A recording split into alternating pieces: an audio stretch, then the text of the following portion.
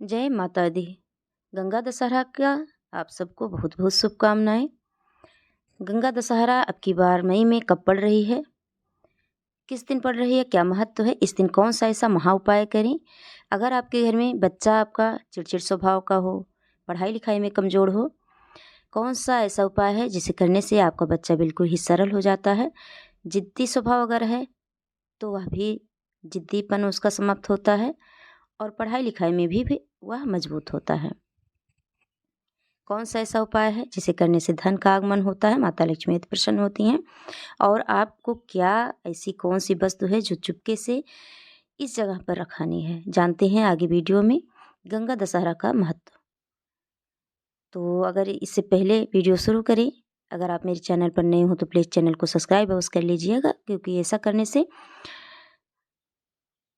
आपको हमारे यहाँ से जितनी भी वीडियो पड़ेंगी आपके पास उसका जो है नोटिफिकेशन पहुँच जाएगा। तो जान लेते हैं गंगा दशहरा कब पड़ रहा है।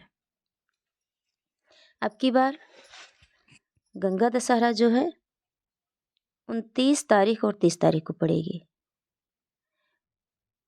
29 तारीख को 1 बजे के बाद लगने वाली है यह गंगा दशहरा। इसलिए अगर आपको शाम के टाइम दान पुण्य कुछ करना है तो आप 29 तारीख को कर सकते हैं, पर 30 तारीख को यह गंगा दशहरा ही मनाया जाएगा, क्योंकि 30 तारीख को बहुत ही शुभ संयोग पड़ रहा है। 3 महायोग अब मिल रहे हैं, तो बड़ा मंगलवार भी है इस दिन, तो इसलिए इस दिन बहुत ही शुभ योग बन रहे हैं।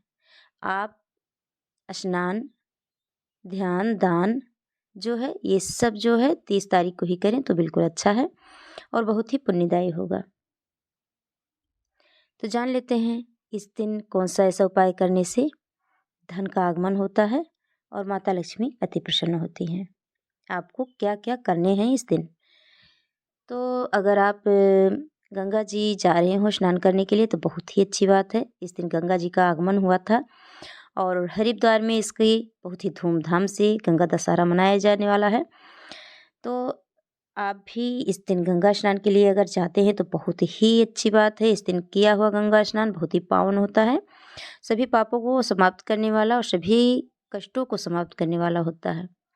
जैसा कि आप सभी जानते हैं, गंगा माता का नाम लेने से ही तमाम कितने भी जन्म के पाप होते हैं, अगर आप नित्य सुबह उठकर गंगा मैया का नाम लेते हैं और स्नान करते समय नाम लेते हैं तो तमाम प्रकार के आपके जो पाप हैं नष्ट हो जाते हैं और पुण्य का आगमन होता है।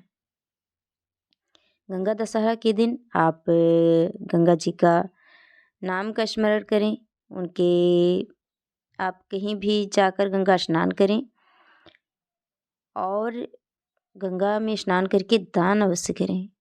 गंगा जी की विधिवत पूजन करें, नारियल चुंदरी चढ़ाएं, तो इससे माता गंगा अति प्रसन्न होती हैं, आपके जीवन में आने वाली तमाम प्रकार की परेशानियों को समाप्त करती हैं। आपके जीवन में अगर धन संबंधी कष्ट होता है तो वह भी समाप्त करने वाली माता गंगा हैं। तो आप यह उपाय अगर कहीं गंगा स्नान करने जाते हैं तो वो एक नारियल चुंदरी धूप दीप ये सब अवश्य कीजिएगा, क्योंकि चुंदरी से नारियल से माता गंगा अति प्रसन्न होती हैं, दीप से। तो अगर आप नहीं जा पा रहे हैं तो आपको क्या करना है,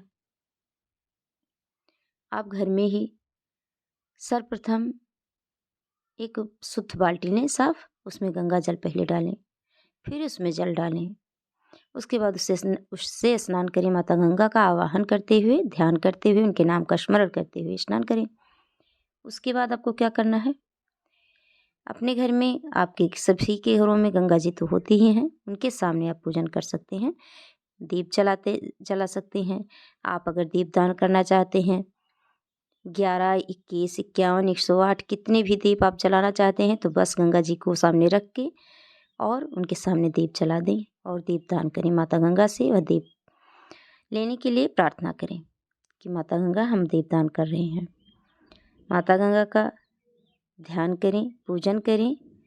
और आपको एक जो बहुत ही विशेष उपाय बताने वाली हूँ बच्चों के लिए, आप इस दिन से प्रारंभ कर सकते हैं। आपका बच्चा अगर बहुत ही चिड़चिड़ स्वभाव का हो गया है, बहुत ही परेशान करने लगा है, बात बिल्कुल नहीं मानता, पढ़ाई लिखाई में कमज़ोर है, तो आप क्या करेंगे, इस दिन से आप आरंभ करें।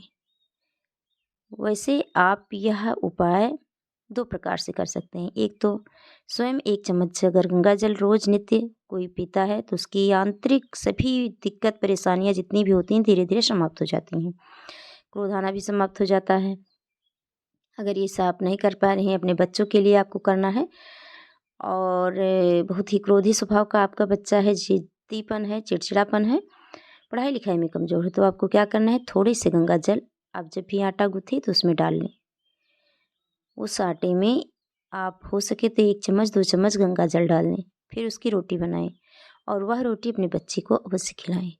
उसको भी खिला सकते हैं घर में जो भी आपका कोई भी सदस्य घर का हो, बहुत ही गुस्से में हो, बहुत ही चिड़चिड़ापन हो उसके पास, तो आप उससे उसे भी यह रोटी खिला सकते हैं। धीरे-धीरे आप देखेंगे उसका क्रोध धीरे-धीरे समाप्त होने लगेगा और जो भी आंतरिक परेशानियाँ होंगी समाप्त हो जाएँगी। गंगा जल का पान बहुत ही शुभ माना गया है। माता गंगा हर पापों को दूर करने वाली, हर रोगों को दूर करने वाली हैं।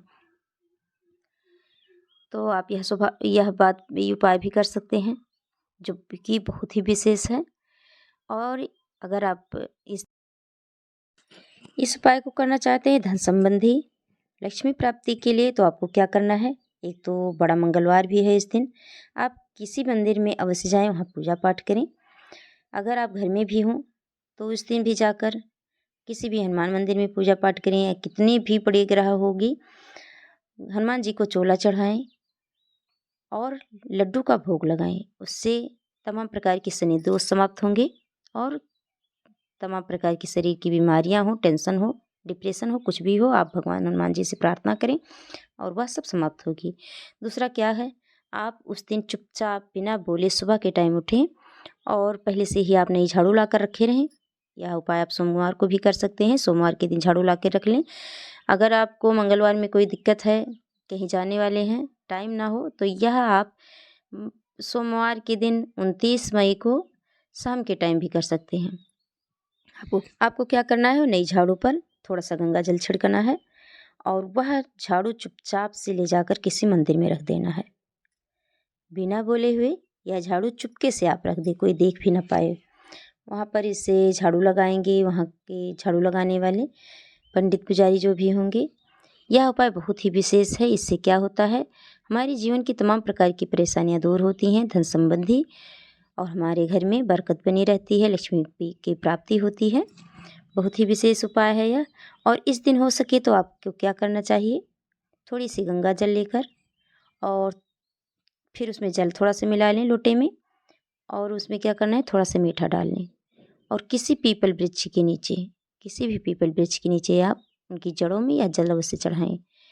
इस दिन भोलेनाथ को गंगा जल से स्नान अवश्य कराएँ, क्योंकि इस दिन गंगा जी का जो आगमन हुआ था और गंगा जल का भोलेनाथ पर अगर चढ़ाते हैं आप गंगा जल को, तो इससे भोलेनाथ की भी अत्यंत बड़ी कृपा प्राप्त होती है और गंगा माता भी बहुत अति प्रसन्न होती हैं। जैसा कि आप सभी को पता है, गंगा मैया शिव के जटाओं में रहती हैं। इस दिन आप गंगा जी से शिव जी को स्नान अवश्य कराएं। किसी भी मनोकामना को पूर्ण करने के लिए, किसी भी विशेष कार्य के लिए आप यह सब उपाय अवश्य करें, सभी मनोकामनाएं आपकी पूर्ण होंगी। आप गंगा दशहरा से यह जो उपाय है आप शुरू करके कुछ दिनों के लिए भी कर सकते हैं।